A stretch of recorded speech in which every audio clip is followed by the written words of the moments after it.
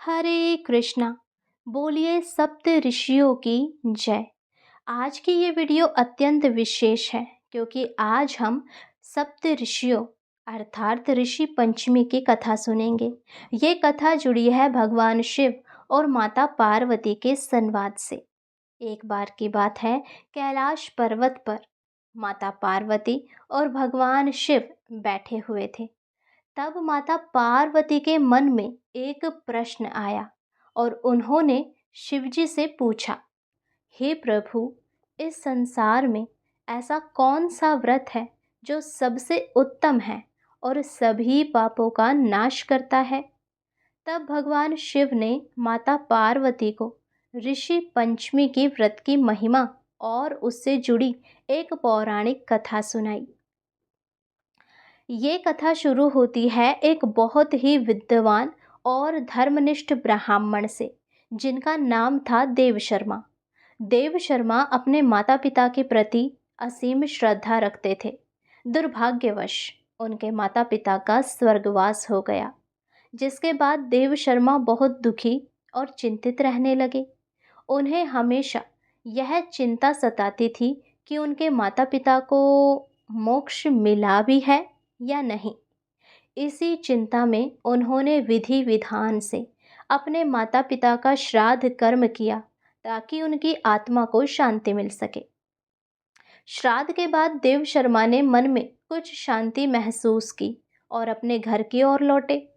जब वह घर के बाहर पहुंचे तो उन्होंने एक अनोखा दृश्य देखा। उनके घर के बाहर दो पशु आपस में बातें कर रहे थे। एक था बैल, जो देव शर्मा के खेत में काम करता था, और दूसरा था एक कुत्ता जो अक्सर उनके घर के आसपास रहता था। देव शर्मा यह देखकर हैरान थे कि ये पशु मनुष्य की तरह कैसे बात कर रहे हैं। उन्होंने उत्सुकता से उनकी बातें सुनने का फैसला किया। बैल ने दुखी होकर कुत्ते से कहा, हे मित्र, तुम कितने भाग्यशाली हो कि तुम्हें आज स्वादिष्ट भोजन मिला। आज तो हमारे मालिक ने श्राद्ध करवाया है, लेकिन मुझे तो घास और पानी भी नहीं मिला। मुझे बहुत भूख लगी है और मैं प्यासा भी हूँ। कुत्ते ने बैल की बात सुनकर कहा, तुम क्या जानो मेरा दुख। मेरे शरीर पर पड़े इन घावों को तो देखो। ये घाव मेरी बहू ने दिए हैं। बैल ने आश्चर्य से पूछा, लेकिन क्यों? तब कुत्ते ने अपनी व्यथा सुनाई। एक बार मेरे मालिक के घर पर मेहमान आने वाले थे। उनकी बहू ने खीर बनाई थी, लेकिन उसमें एक जहरीला सांप गिर गया। अगर कोई वह खीर खाता तो उसकी मृत्यु हो जाती। अब यह देखकर मैं उस खीर को खाने लगा ताकि मैं मेहमानों की जान बचा सकूं। लेकिन बहू ने समझा कि मैं खीर गंदी कर रहा हूं और उसने मुझे लकड़ी से इतना मारा कि मैं लहूलुहान हो गया। अब देव शर्मा, जो इन दोनों की बातें सुन रहे थे, ये सब सुनकर तो बिल्कुल सन्न रह गए। उन्हें यह समझ नहीं आ रहा था कि उनके माता पिता, जिनका श्राद्ध उन्होंने इतनी श्रद्धा से किया, आखिर क्यों पशु योनि में कष्ट भोग रहे हैं। वे तुरंत ऋषि वशिष्ठ के पास पहुँचे, जो अपने ज्ञान और तपस्या के लिए जाने जाते थे। देव शर्मा ने उन्हें अपनी सारी व्यथा सुनाई। ऋषि वशिष्ठ ने अपनी आंखें बंद की और अपने दिव्य ज्ञान से सब कुछ जान लिया। उन्होंने देव शर्मा को बताया, हे वत्स, तुम्हारे माता पिता ने पिछले जन्म में एक बहुत बड़ी गलती की थी। तुम्हारी माता रजस्वला होने के बावजूद भोजन बना रही थी और उन्होंने इस नियम का उल्लंघन किया, और इस पाप के कारण उन्हें अगले जन्म में कुत्ता बनना पड़ा। और तुम्हारे पिता ने इस पाप में उनका साथ दिया, इसीलिए वे एक बैल बन गए। अब यह सुनकर देव शर्मा का मन और भी भारी हो गया। उन्होंने ऋषि वशिष्ठ से पूछा, हे महर्षि, क्या मेरे माता पिता को इस पाप से मुक्ति दिलाने का कोई उपाय नहीं है? तब ऋषि वशिष्ठ ने उन्हें ऋषि पंचमी के व्रत का महत्व बताया। ऋषि वशिष्ठ ने कहा, हे देव शर्मा, तुम्हें यह व्रत पूरी श्रद्धा और नियम से करना है। सबसे पहले सुबह जल्दी उठकर किसी पवित्र नदी में स्नान करना है। यदि नदी उपलब्ध ना हो तो घर पर ही गंगा जल मिलाकर स्नान करो।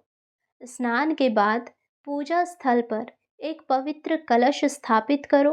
इस दिन सप्त ऋषियों की पूजा की जाती है। उनके नाम हैं कश्यप, अत्रि, भारद्वाज, विश्वामित्र, गौतम, जन्मदग्नि और वशिष्ठ। आप इन सभी ऋषियों की प्रतिमा या तस्वीर रखकर उन्हें फूल, फल, धूप और दीप अर्पित करें। इस व्रत में विशेष रूप से तिनही के चावल का नैवेद्य बनाया जाता है। पूरे दिन केवल एक ही बार भोजन किया जाता है। पूजा संपन्न होने के बाद ऋषियों को दक्षिणा दें और उनका आशीर्वाद लें। देव शर्मा ने ऋषि वशिष्ठ के बताए अनुसार ऋषि पंचमी का व्रत किया। अब व्रत के प्रभाव से उनके माता पिता को पशु योनि से मुक्ति मिली और वे स्वर्गलोक को प्राप्त हुए। तो यह थी ऋषि पंचमी व्रत की पूरी और विस्तृत कथा। यह व्रत हमें सिखाता है कि जाने अनजाने में हुए हमारे पापों का प्रायश्चित करने के लिए यह व्रत बहुत लाभकारी है। जो भी व्यक्ति सच्चे मन से यह व्रत करता है उसे न केवल पुण्य की प्राप्ति होती है बल्कि उसके पितरों की आत्मा को भी शांति मिलती है और मुक्ति मिलती है। अगर आपको यह कथा पसंद आई हो तो इसे अपने दोस्तों और परिवारजनों के साथ शेयर करें और हमारे चैनल को सब्सक्राइब करना ना भूलें ताकि आपको ऐसी और ज्ञानवर्धक कथाएं और जानकारियां मिलती रहे। साथ ही हमारे चैनल पर बहुत जल्द परिवर्तनी एकादशी की कथा, राधाष्टमी की कथा भी डाली जाएगी। इसीलिए आप चैनल को ज़रूर सब्सक्राइब करके बेल आइकन दबा लें ताकि जब हम कथा डालें तो उसका नोटिफिकेशन आपको समय पर मिले और आप हर कथा सुन पाएं। राधे राधे, हरे कृष्णा।